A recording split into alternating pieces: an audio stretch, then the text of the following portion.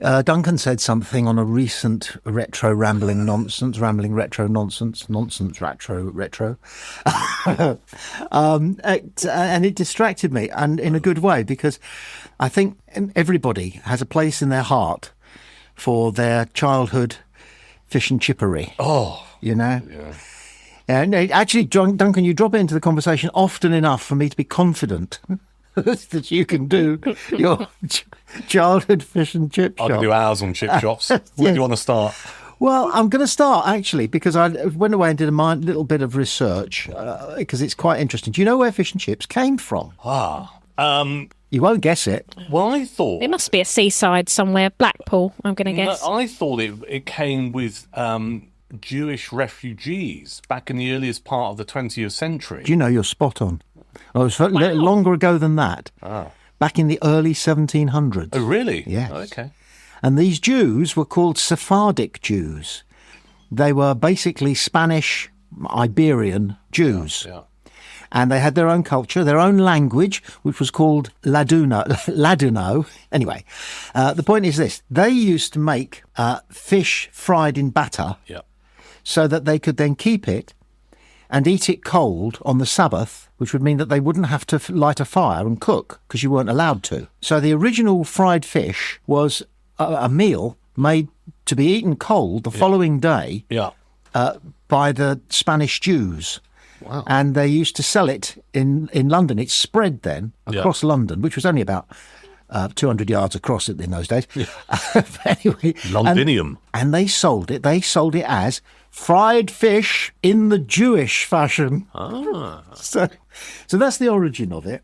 But it's now become a cornerstone in everybody's childhood. I don't know if it still is, but it should be. It should be. I have quite militant views. You do. I don't know if I should share them, really. Oh, please do. Well, this is not... I'm trying to choose my words carefully, only because in the world that we live in, there are proper fish and chip shops, and there are places that do fish and chips that also do other cuisines, and I don't consider them to be proper. No. So, for example, I know of a couple of places that are... you can get fish and chips, but also they do predominantly Chinese food, right? Well, a Chinese takeaway, you shouldn't go there for your fish and chips because they're not focusing on the fish and chips. No. So I just made that point. I don't consider that to be a proper chipper. Proper chippers only do fish and chips, battered sausage, maybe a quarter of chicken, a burger. I would just allow a kebab, just get it under the radar. Oh, no, I don't agree. No? See, I think a kebab is a different cuisine and should not... Yeah, I think it's like contamination. Yeah. I agree with you. I if did it's say fish and chips... just under the radar.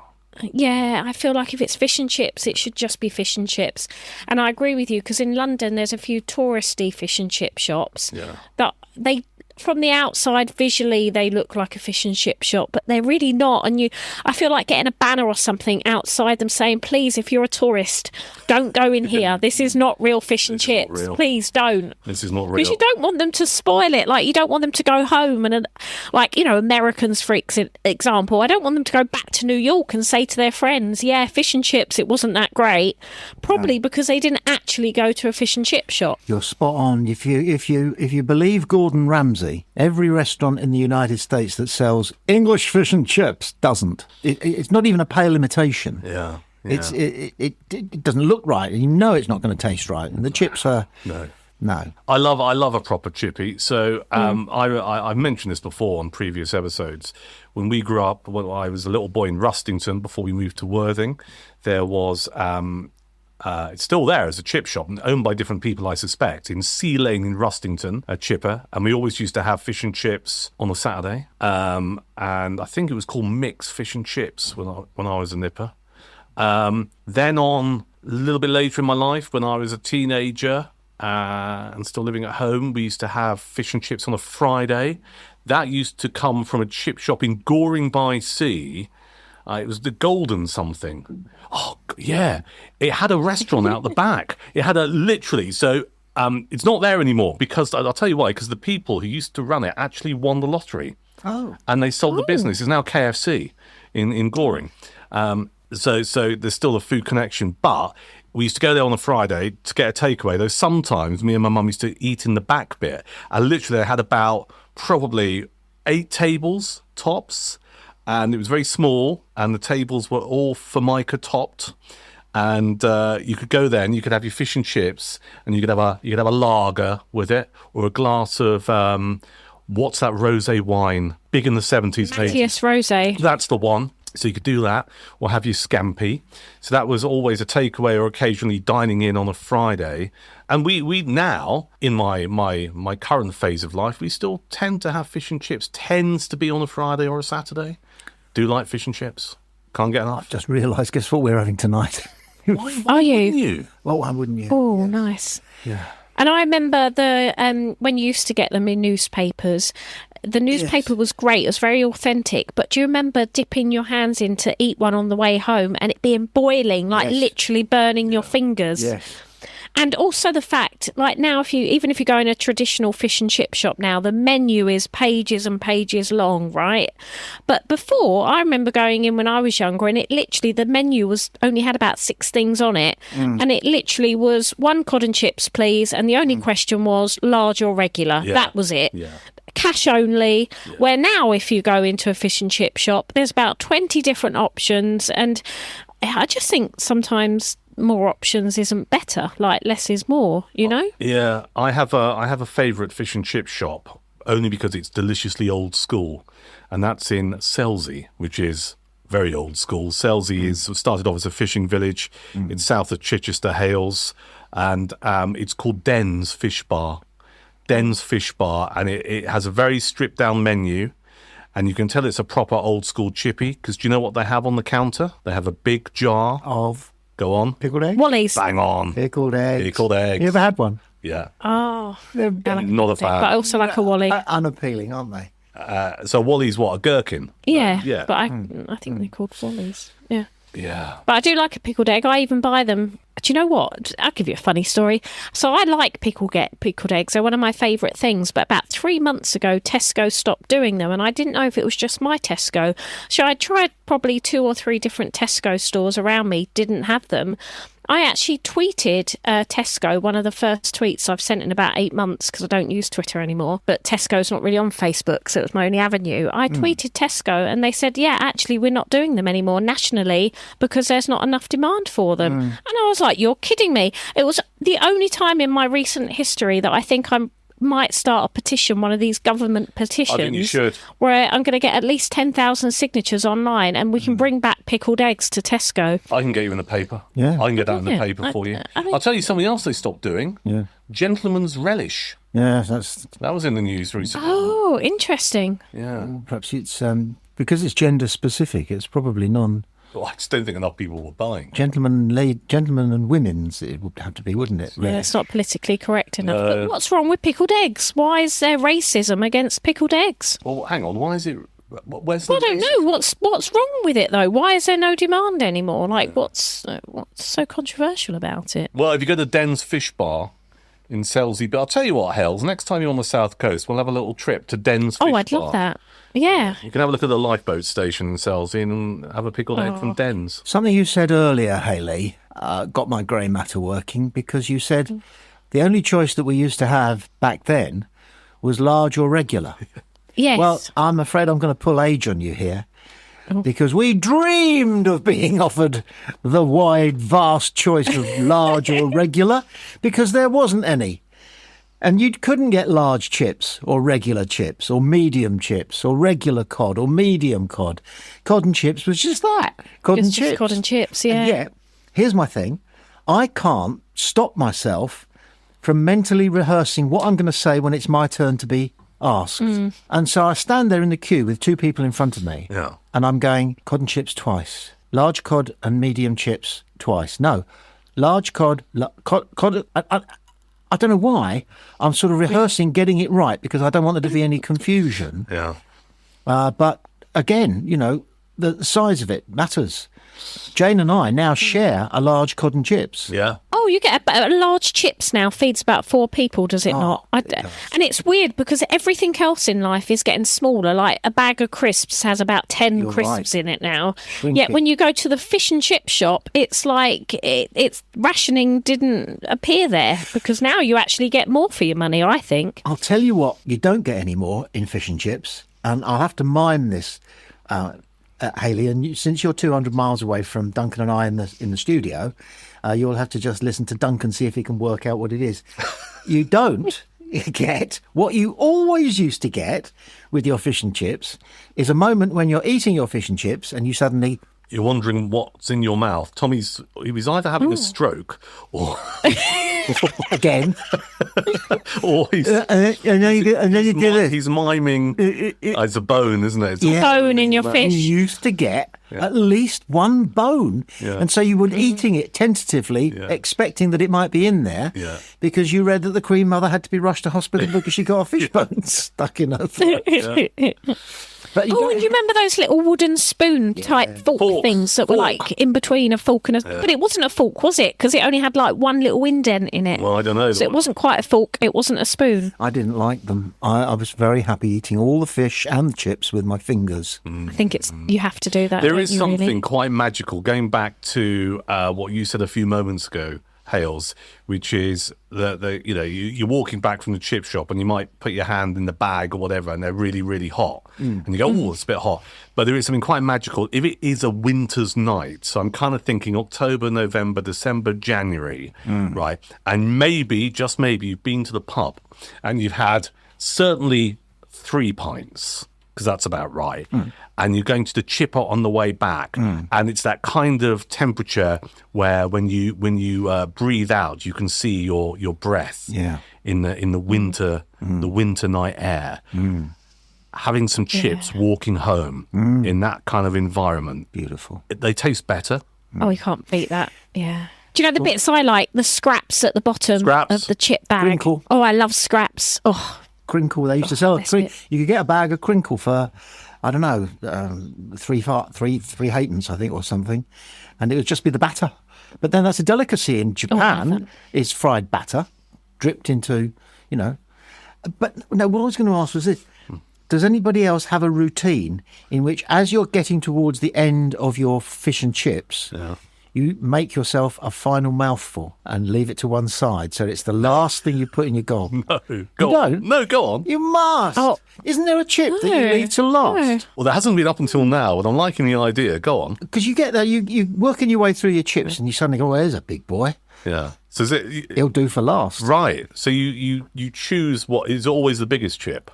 I think I do the most symmetrical, the most aesthetically pleasing. Yeah. It's going to fill my mouth. But then I also have to identify the piece of the fish that I want to be in my last mouthful as well. It's not the tail end. You work your way along the fish, don't you? You start at one end and you work your way through. Do you? I don't. How do you do it? I start in the middle. No, I just go right in the middle. Yeah, I was going to say, I cut it in the middle so it cools down just a little bit. Sometimes it's a bit too hot, isn't it? I was going to say, I have to have bread and butter, to have, because that's normally what I do. I make sure that I have enough chips left so I can always have a chip sandwich at the end of chip butty. How many chips do you put in your chip butty? Oh, that's a good question. Only the long ones, because you definitely don't put any of the sharks. No, you don't put any of the scraps in the bit. Yeah, you're just right. The big boys, parallel side by side. It's an art to it. Yeah, and a bit of tartar sauce. Tartar sauce. Too modern. No, now listen. There's a couple of things here. First off, I don't have a routine about eating my fish and chips, but I have a routine about getting my fish and chips. Yeah. Which is simply this. My nearest chip shop, which is about 30-second walk from my front door, is called, perfect. Yeah, it's called La Fiche. And we know about La Fiche because it's been there for decades. But also the guy who set it up, called Adam, who's no longer alive, his son runs it, Yoddy, who's a mate of mine. You and I have talked about this because they had the fish and chip shop over in Brighton. Do you remember? At the end of my road. At the end of your road. Because they had a painting of the Athena B, a tanker that grounded itself on Hove Beach. Yeah. And they had the picture up in the chippy in Port Slade. Yeah. And I moved over this way, which is, 30, 40 miles away? Yeah, about that. There's the same bloody picture. It's the same picture. It's weird, isn't I said, "Why have you got a picture of the Athena B here in this place?" Yeah. And they said, "Oh, well, it was a pride of place in our previous chip." Yeah. Well, the one opposite Nat West in Port Slade. Funny how the world works. So my routine is I do this, and it's got to the point now that I don't even have to have the conversation. So what I do is I walk to the chip shop and I place the order, and it's normally the same young woman behind the counter who goes, in about 20 minutes so you can go over the road and have a pint? That's perfect. And I go, banging. Absolutely. And I go to the What you Four wanna hear. Chestnuts, which is not the greatest pub in Chichester, but its Guinness is passable. And I go in there and have a pint of Guinness, and then I come back and my fish and chips are ready. How do you spell chestnuts? It's got, I think it's it's a missing T, isn't it? Yes. It's CHESNUTS. I noticed it straight away when we moved Yeah. here. It struck me as a spelling mistake. Or maybe there's a different thing to a chestnut that is a chestnut. Well, it's about horses, isn't it? And you know the thing about I think it is. fish and chips? You don't get them delivered. So I would never, like on Uber Eats or delivery or whatever that, we only get like Chinese, Indian, maybe a pizza. But fish and chips, I have to go out to the shop and get it fresh. Part of it, isn't it? Yeah, I can't. And I like the smell of the shop. I like hearing the bubbling of the fryer. It's like an experience. And I also want them fresh and warm because you can't put them in the microwave. So when you get a Chinese or an Indian delivered, or potentially a pizza, if it's a little bit cold, you can pop it in the microwave and it doesn't taste any different. But if you get fish and chips delivered, if it's even slightly cold, it's kind of ruined, isn't it? It goes a bit soggy. It's just not the same. The smell isn't there. So I feel like fish and chips is also nice because it's one of those things that delivery apps is just not able to quite get its teeth into yet. Maybe it will. To it, and that's good. I've got two more chippy bits I can lob in here. I once wooed a woman in Littlehampton, and we went. What are you laughing at? Littlehampton is such a posh little. Littlehampton's not eh? posh. It's not. Posh. Is it not? I always thought it was posh. Posh Littlehampton. Rustington's posh, just up the road. Right. I said, meet me outside Fred's Fish and Chip shop, which is right by the river. So literally about, 20 yards away, you've got the River Arun that goes out to the sea. And we met there, and I'd taken along a cold bottle of champagne, and we had fish and chips twice, cod and chips twice, sitting by the side of the river, both swigging from this cold bottle of champagne. Beautiful. That works. Trust me, it works. The other thing, just to mention briefly, Tommy, I don't know if you'll remember this when you lived or worked in Brighton. There used to be a great overnight eatery called the Market Diner. And the Market Diner was famed for a thing called a gut buster, which was basically like a satellite dish full of fried food. And I used to get a gut buster. I used to eat, and it used to come with chips. I used to eat all of my meat. Then I'd eat most of the chips. But going back to what you said, Hayley, along with my gut buster, I always used to have 2 slices of bread and butter. And I used to create my chip butty, but it was this. There was no brown or red sauce. I used to just use salt and vinegar, but loads of vinegar. And it completely changes the texture of the food. Yes. And I found that it was almost like my dessert after the gut buster was the chip butty. Beautiful days. Downstairs in our kitchen, we've got a little sort of spice cupboard. It's got the usual suspects, paprika and blah, blah, blah, that are useful. But I bought on the internet, because I was intrigued by it, and a tube full of salt and vinegar flavoured salt. I know. Talk about a labour-saving device. Yeah. I've not heard of that. So is it dry? Is it? Yes, it is. It's salt. It looks like salt, but they sell it as salt and vinegar flavoured salt. Just to, the marriage made in heaven, as Nigel Slater would put it. Your friend. But you need vinegar to be a bit soggy, don't you? Vinegar needs to add a bit of wetness to it. I do like vinegar. I only met Posh Spice once, and she was good fun. But what's this got to do with vinegar? What's she got to do with salt and vinegar? Because she famously has a tot of vinegar every morning. Does she? To start her off. She? Yeah. Oh. Yeah, and we tried it now. Start her off on what? Would start her metabolism going fast, you see, because faster your metabolism, the more quickly you burn your calories. Yeah, burn your calories. Yes. Very. And name dropping, which I'm good name drop is a good thing. And the best fish and chips I've ever had, for a raft of reasons, was on the Palace Pier, Brighton. Yeah. One warm and sunny day with the seagulls swooping. Yeah. In the restaurant then, fine restaurant, with my new chum, who I've never seen since. I don't remember how we got together. Fred Dinage. Legend. The legendary regional news anchor. Yeah. man, Fred, and Hal, of course. Hal. So he sat down and he said to me, "What are you going to have?" I said, "Well, there's only one thing you can have here, and that's fish and chips." He said, "Yeah, I know. I'm not. I was only asking out of politeness. 2 fish and chips, please." And it was delicious. The company was fantastic because he's a great talker, great anecdotes, great listener, I've admired him a long time. And so that was my favourite fish and chips, or favourite memory of fish and chips anyway. He's a great man. He is. I saw him a couple of weeks ago. Really? Yeah, do a YouTube thing, and he's still on it. Okay. Still properly on it. He's great. Fred Dinage. There needs to be a statue somewhere for Fred Dinage. You mentioned fish and chips and champagne. Yeah. It's a pivotal moment in Laurence Olivier's fine film, The Comedian. Right. It's called The Comedian? Not Or The seen Entertainer. it. The Entertainer. Oh, The Entertainer. And he's got a daughter who's a bit wayward but loves him still. And she comes down to see him. I think he's on in Brighton, okay?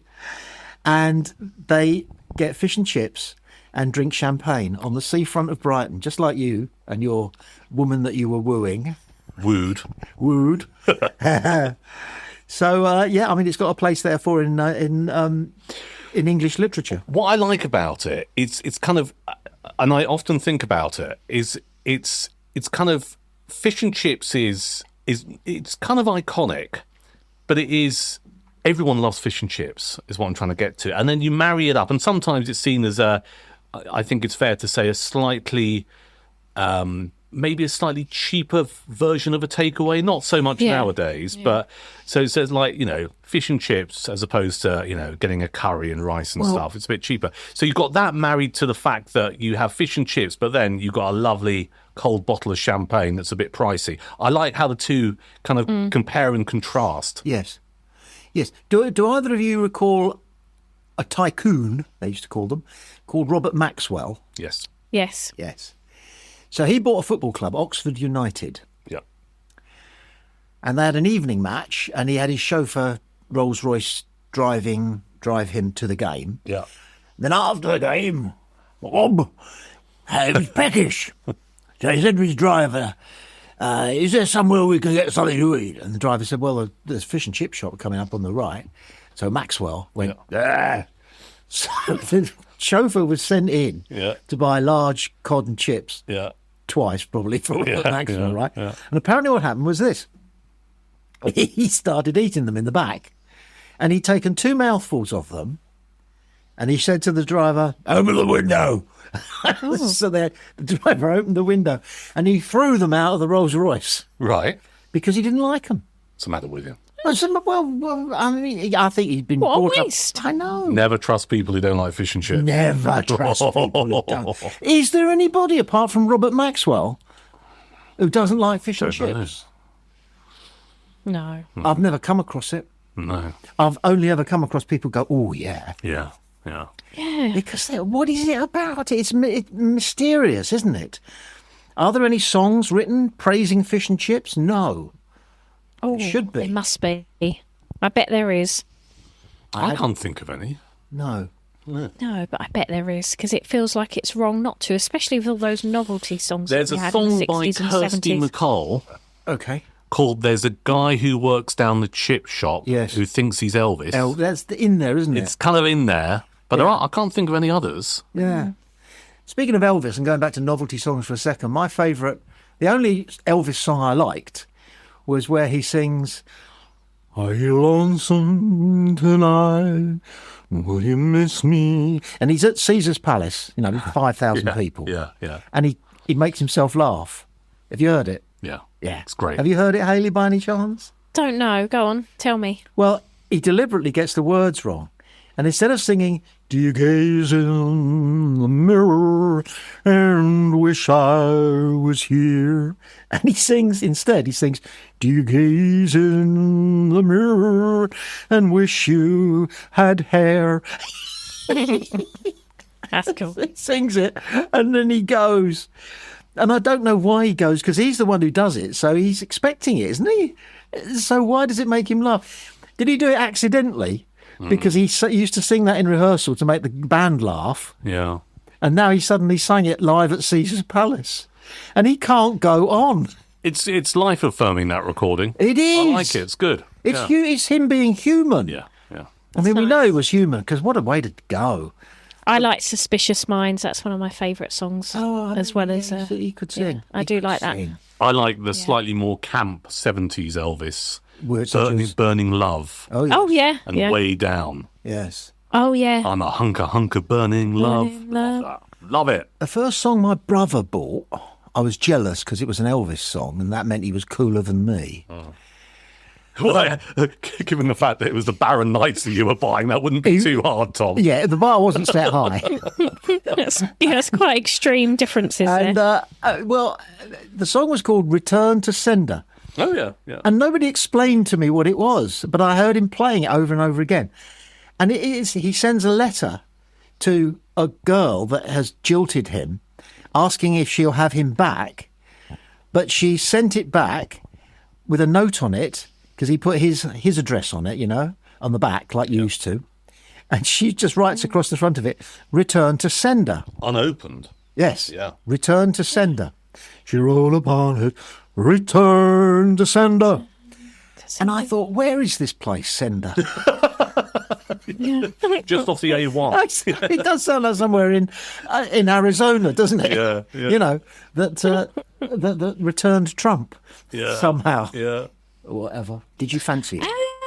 No, because I think by the time I even knew who he really was, he was already dead, really. So I don't think it was like a real life crush. 1977. Because it was just the music for me. Remember, so I was born in 82. So he was never a real life crush for me. It was more just but the I music can look at like. Sophia Loren and mind you, she's still extremely telegenic, Sophia Loren. Or Marilyn Monroe, say, when she does that little shimmy down the train in Some Like It Hot, Mm-hmm. And walks away from the camera playing her ukulele. The way she shimmies is arresting. Yeah. So it can happen. I think it's because Elvis, for me, in my head, I think the things I've seen most of is when he went through that really sweaty fat era in Las Vegas, where he didn't look his best self. So I guess I just missed the first part of his career where he was all slim and, looked decent. For a person to be born with all those attributes, to have such an unmistakable voice, as you can tell by, for example, my very poor impression of him, that's as close as I could ever get to. I mean, his voice, his singing voice, his way of pronouncing words in a song, lyrics. But to look like that, to be as goddamn handsome as that, he was surely the handsomest pop star ever. He was remarkably talented, and one of my favourite Elvis songs, I mean, I do love the 70s stuff I mentioned earlier because it's a little bit camp, but I think probably actually, for me, the ultimate Elvis song is In the Ghetto, which is a great song. Oh, yes. And that is a really good one. Yeah, because for me, it's a cold song. It's a winter song. If you were to listen to In the Ghetto in the height of July, when the mercury's hitting 30 Celsius, it doesn't have the same impact than if you listen to it on a cold November morning. And it's actually quite deep, isn't it? I mean, it's actually quite a really sad, dark song. It's dark. Maybe we should do an Elvis episode one day. I feel like we could do that. Yes, is he dead? The songs, I mean. Is he dead? Is he dead? There is a question. There is a question. Or is he still stuck on in a that toilet island? somewhere? The island I've talked about previously, all of those dead rock stars who aren't really dead. Is Elvis there, knocking out his peanut butter and jam What are you going to say then? What? What did you think I was going to say? Knocking out I wanted his to. nut butter sandwich. Well, just could have gone anywhere. Anything's possible. Anything is. Do we need to do the thing?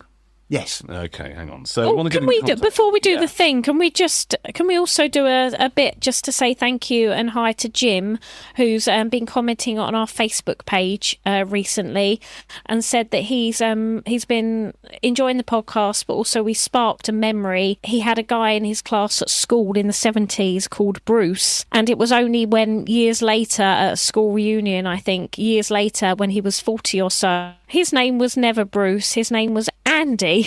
But they always called him Bruce at school, and I think that's a few episodes ago we were talking about nicknames at school. I see. And did he say when this was? well, he was at school in the 70s. That's the only thing I can think of, that because he was Australian, they called him Bruce. Probably, yeah. Something along those lines. Anyway, thanks for those kind thoughts, Jim? You can leave a comment on our Facebook feed. You can also find us on Insta, and you can find us on X. Just search for Rambling Retro Nonsense. It'll all come up. And if you want to make contact via WhatsApp, then we have a number. It's good for messages or indeed voice notes. Send us a voice note.